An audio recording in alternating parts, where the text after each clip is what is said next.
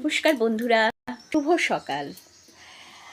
আমার আজকে রবিবার, তাই বাড়িতে কাজের চাপ একটু বেশি। আমি উঠে পড়েছি তো সকালেই, কিন্তু তোমাদের মর্নিং করতে একটু দেরি হয়ে গেল। ঠিক আছে বন্ধুরা, দেখো আমি আজকে কি কাজ করতে চলেছি তোমাদের সঙ্গে, সেটাই শেয়ার করার জন্য আমি এসেছি। দেখো বন্ধুরা, ভাত হয়ে গেছে, এখন 10:40 বা 50 বাজে। আমার ভাত কমপ্লিট। আজকে আমি রান্না করব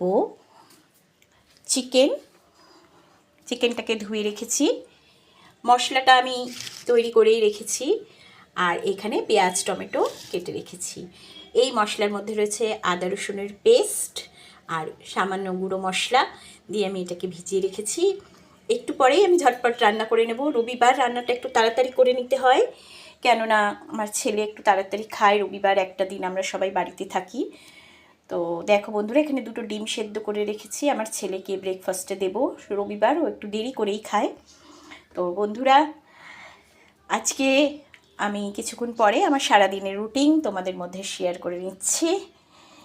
তো দেখো বন্ধুরা, এরপর আমি এই ওয়াশিং মেশিন জামা কাপড় কাচবো, ভিজিয়ে রেখেছি।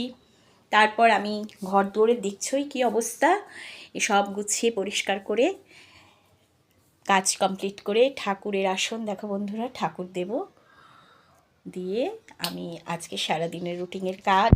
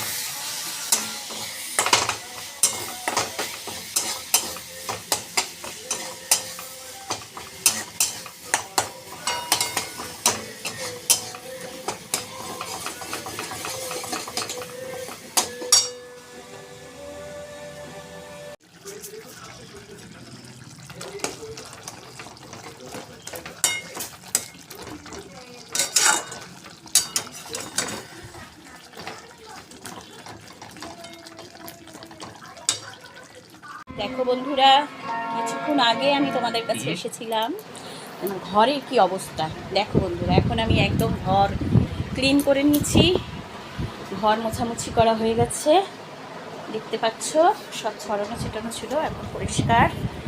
এবার আমি তোমাদেরকে দেখাচ্ছি এই রান্নাঘরটা, দেখো রান্নাঘরটার কি অবস্থা। হ্যাঁ বন্ধুরা, প্রত্যেকের বাড়িতে এরকম থাকে, তাই আমি একটু তুলে আনলাম। আবার কিছুক্ষণ পরে দেখাবো আমার রান্নাঘরও ক্লিন হয়ে গেছে, দেখতে থাকো বন্ধুরা।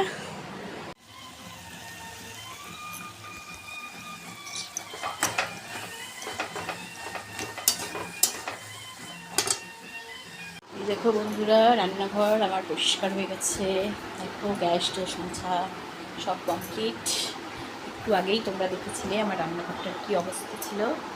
দেখো বন্ধুরা, এখন সব পরিষ্কার, ওয়াশিং মেশিন জামা কাপড় কাচা হয়ে গেছে। এই এবার আমি আমার ছেলেকে খেতে দেব, দেওয়ার পর আমি নিজে স্নান করতে যাব। বন্ধুরা, আবার পরে দেখা হবে, আসছি।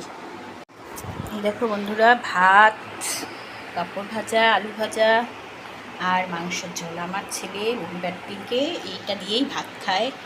ও পাঁপড় ভাজা খেতে খুব ভালোবাসে, তাই আমি ওকে পাঁপড় ভাজা আলু ভাজা করে দিয়েছি, আর মাংস।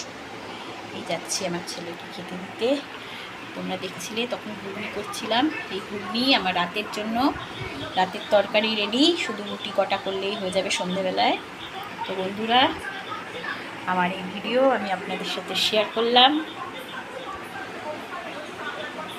ভালো থাকবেন বন্ধুরা।